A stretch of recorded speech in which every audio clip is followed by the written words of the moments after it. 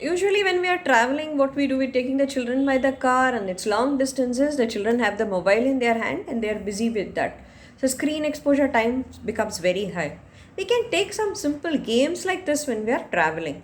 So this game is extremely simple. I've taken a biscuit box, a transparent box. I've put a piece of paper inside with the alphabets written. Just put the paper in the box and I've taken the alphabet stickers. Okay.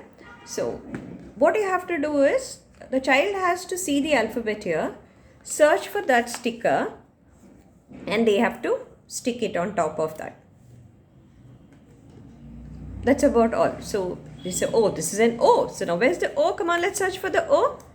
Okay, here is the O. If you have more than one child in the car, you can pass the box around.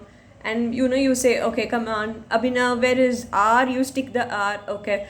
Now Vaishali, come on, you stick the W for me. So this way, so call out to the children, they have to search for that and they have to do it. Or everybody has one box and see who does it more quickly.